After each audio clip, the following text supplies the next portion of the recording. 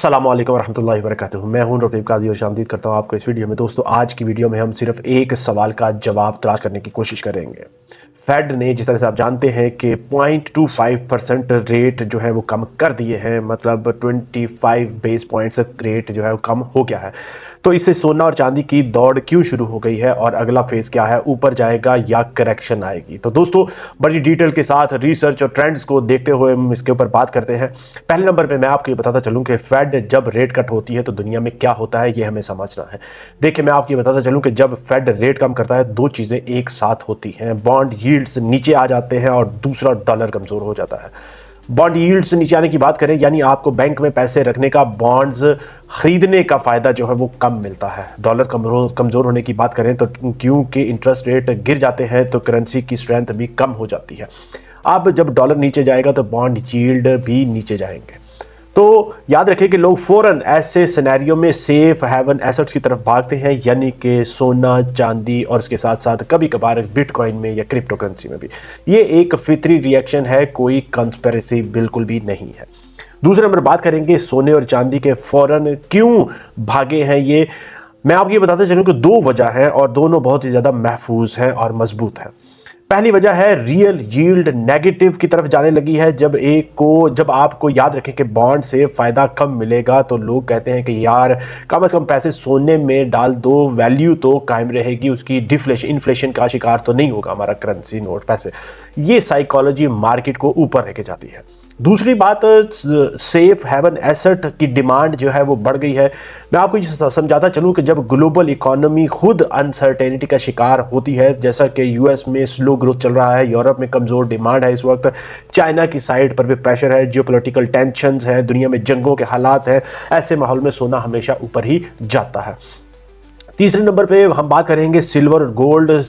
Silver जो है वो गोल्ड से तेज क्यों भाग रही है? जिस तरह आप जानते हैं कि उसने $62 के करीब करीब पहुंच गई है चांदी पर आउंस की बात हमने की है इंटरनेशनल मार्केट में। ये एक बहुत अहम सवाल है दोस्तों। याद रखें कि एक आम लोग इसको इग्नोर करते हैं। सिल्वर याद रखें कि डुअल एसेट है, क्योंकि आप याद रखें कि इसकी इंडस्ट्री में भी डिमांड है और उसके साथ साथ इसकी इन्वेस्टमेंट में भी। पहले हम बात करते हैं कि सेफ हेवन एसेट की, सोने की तरह बिल्कुल इन्वेस्टमेंट की इसकी डिमांड है, और दूसरा है इसकी इंडस्ट्रियल मेटल भी है, इंडस्ट्री में भी डिमांड है, जैसे कि solar panels, electric vehicles, electronics. याद रखिए कि जब रेट कम होता है, रेट कट होता है, तो सिर्फ और सिर्फ सेफ हेवन डिमांड नहीं बढ़ती, बल्कि इंडस्ट्रीज भी चीप मनी की वजह से डिमांड बढ़ा देती है। इसलिए याद रखिए कि सिल्वर नॉर्मली गोल्ड से ज्यादा तेजी दिखाती है, जिस तरह से उसने अभी दिखाई है। अब हम बात करते हैं बहुत अहम पॉइंट के ऊपर कि पाकिस्तान और भारत की मार्केटों पे इसका क्या असर होगा। याद रखें कि दोनों मुल्क जो है ये हमें समझ लेना चाहिए कि पाकिस्तान भी और इंडिया भी गोल्ड के इंपोर्टर है, वो सोने को इंपोर्ट करते हैं।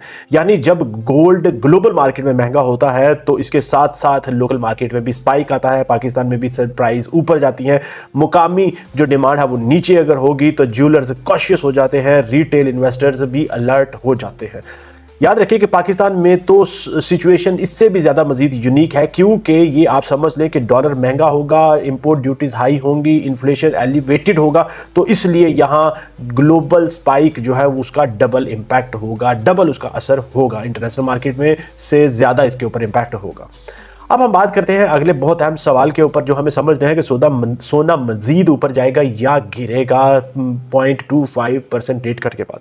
देखें, ये एक बाइनरी आंसर बिल्कुल भी नहीं है, ये बड़ा सिंपल सा आंसर बिल्कुल भी नहीं है। अगर याद रखें कि फेड मजीद रेट कम करेगा, डॉलर मजीद कमजोर होगा, रिसेशन फियर्स बढ़ेंगे, तो सोना जो है वो $5,000 तक भी, $5,000 पर आउंस तक भी जा सकता है। और याद रखें कि चांदी जो है वो $80 से $100 पर आउंस तक भी जा सकती है। लेकिन याद रखें कि डॉलर अगर मजबूत हो जाता है, फेड ने पॉज कर दिया रेट कट को, स्टॉक मार्केट ने कॉन्फिडेंस रीगेन कर लिया, तो करेक्शन आ सकती है। यानी याद रखें कि मार्केट वन डायरेक्शनल नहीं है, ये क्यूज पर चलती है। अब हम बात करते हैं रिटेल इन्वेस्टर्स की कि उनको क्या करना चाहिए। ये समझना बहुत ही ज़्यादा ज़रूरी है हमें, क्योंकि ज़्यादातर हमारे मार्केट में रिटेल इन्वेस्टर्स हैं जो डेली इन्वेस्ट करते हैं थोड़ा थोड़ा सा करके। ये सबसे अहम बात है जो मैं आपको बताने जा रहा हूँ। याद रखें कि अगर आप शॉर्ट टर्म ट्रेडर हैं तो स्टॉप लॉस के बगैर आपने बिल्कुल भी इन्वेस्टमेंट नहीं करनी।